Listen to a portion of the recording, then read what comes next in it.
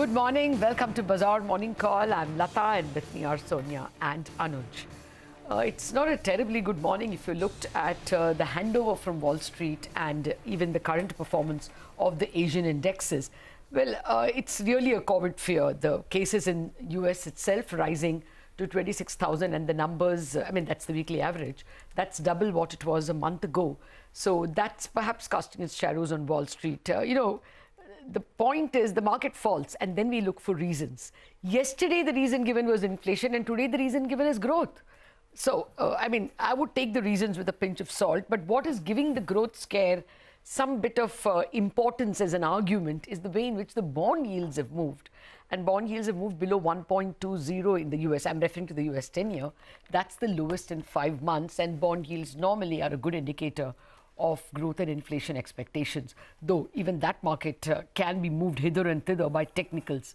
The other factor, which should be more a growth scare rather than an inflation scare, is the way in which crude has, I don't want to use the word crashed, but it has really fallen a lot, fallen below the $70 mark, both because supplies are going to be restored and because demand perhaps is not as robust as expected. So where does all this put India? My sense is that we preceded the crash across the world. So my hunch is that we may not have to repeat the intensity of the fall, even if we start a little tentatively, start lower.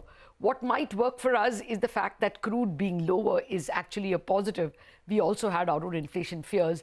We also saw it eroding margins for so many downstream industries in India because of the way in which the crude price was passed on. So my sense is even if we start lower, the intensity of the fall is behind us. As well, a fall in crude prices may also be positive for banks. Yesterday the market overreacted to HDFC. I would think today there may be a little bit of a pullback, and results from Nippon Life, results from ACC could all cheer the market, is my sense. At least definitely put a downside. Your guess, Anuj? Morning, Lata. Yes, I think I'm veering more on that side only, but what you're saying. Just pull out a 1-month chart of the Nifty, and if you see, and the market has a curious way of functioning. The fall reasons come somewhere around 16,000, 15,900 to be precise, and the buy reasons come somewhere around 15,680. On a closing basis, this market has not reached 15,680 on the Nifty, so that's an important level. Anyway, the global market going through a bit of a risk off, so that's always a bit of a variable that you have to take into account. But as I said, anecdotally, 15,600 to 15,650 has been the zone in which the market's taken support, and all these risk offs have normally ended there. So purely from a risk reward point of view, it does not favor you to take a short trade at 15,700, because what you're playing for is 100 points on the downside, and upside could again be the 300, 350 point. That's been the anecdotal evidence. Things could always change. FI sell number is big though. It's 2,200 crores of sell number in cash market. So you have to take note of that. There's been some kind of exodus from the emerging markets. That's not hurt our market too much because there's just too much domestic liquidity. Even if you look at the futures data, there's been a lot of unwinding of long positions, some build-up of short positions. That's okay, I guess. As you said, the bank Nifty perhaps got a bit, punished too much because of HDFC Bank's numbers yesterday.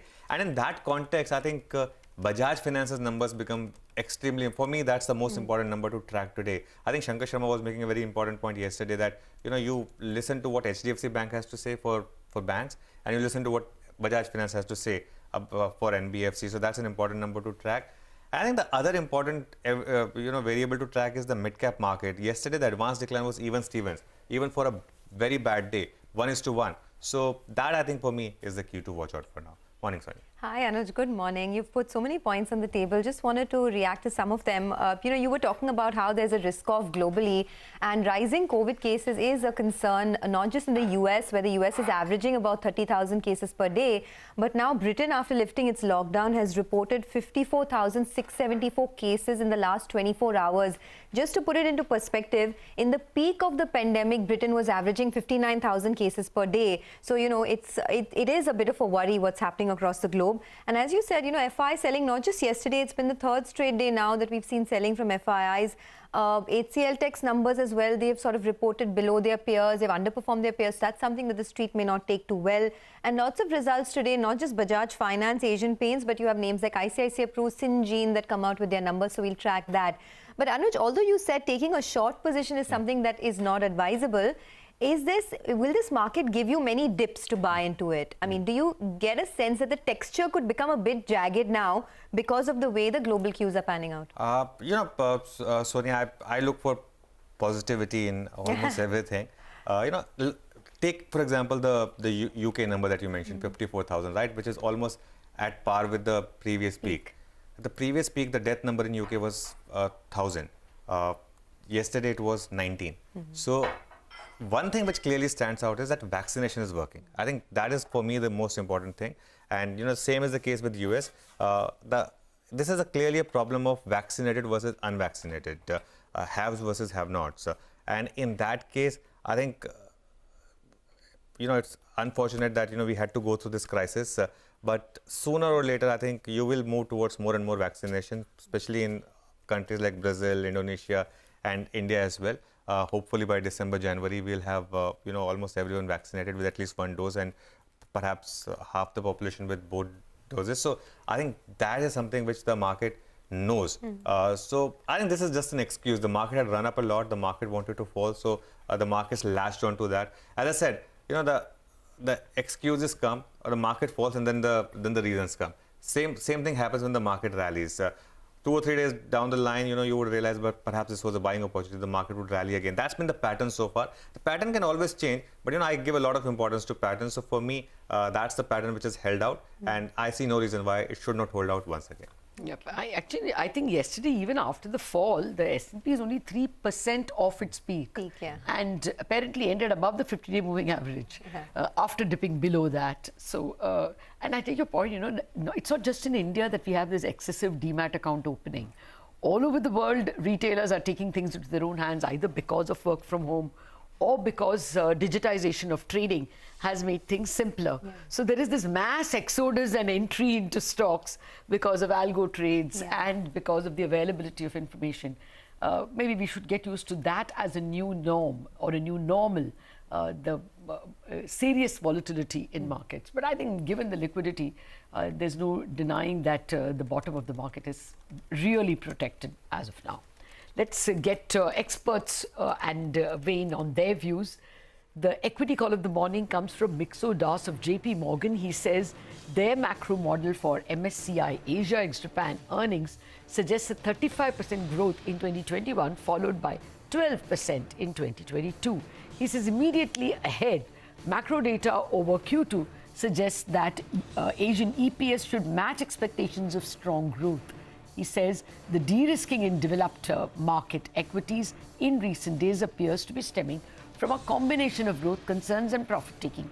Believes cycle-end concerns are very premature and should ease soon. Okay, well, we need to focus a little bit on the money markets because yesterday the rupee hit a 3-month low. It's closer to that 75 to the dollar mark. 74.87 is where it's trading at. Here's what you can expect for today. Bhaskar Panda of HDFC Bank says that the stock stumbled overnight. US yields came down and oil prices moved lower. He says the risk sentiment soured as fears over the Delta variant of coronavirus emerged, and this will impact today's trade in India as other Asian markets like Singapore, Malaysia, Indonesia remain shut for a holiday. He says we could see the dollar-INR pair break the 75 mark. He expects the pair to trade in a range of 74.95 to 75.15 for the trading day. And now on bonds, Bhaskar Pada says the 10-year benchmark bond yield may trade in a range between 6.18 and 6.2. But the new 10-year paper, which is what is more important now, will trade between 6.12 and 6.15 range for the day. Okay, the global screen is still red. Let's hear out the details with Nigel in Worldview.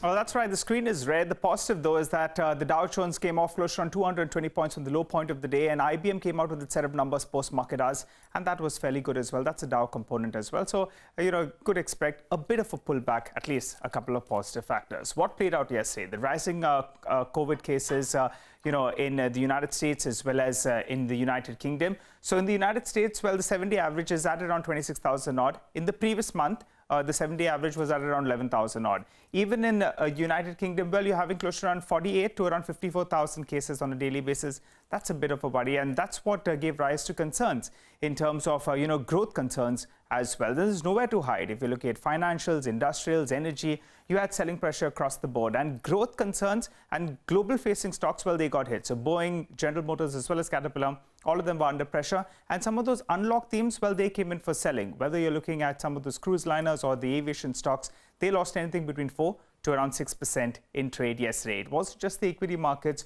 Well, growth concerns. So, you had the yield that cooled down to around 1.2%. That's the lowest we've seen in the last 5 months. And the dollar as well strengthened towards that 93 odd mark. Though from the high point of the day, it's cooled off a little bit. For Brent crude, double whammy. Higher supply and growth concerns, that's what caused Brent crude to correct nearly around 7% overnight. European markets as well, they ended in the red in yesterday's trading session. All the three frontliners, that is. But the Asian markets today, well, some of them have come off the low point of the day, though they're still trading in the red. A couple of those markets out there, they're shut on account of a public holiday. Remember, we have that holiday tomorrow as well. The SGX Nifty, though, is suggesting a tinge of red to kickstart trade. Back to you guys. The second last sentence was the best, Nigel. Thank you very much.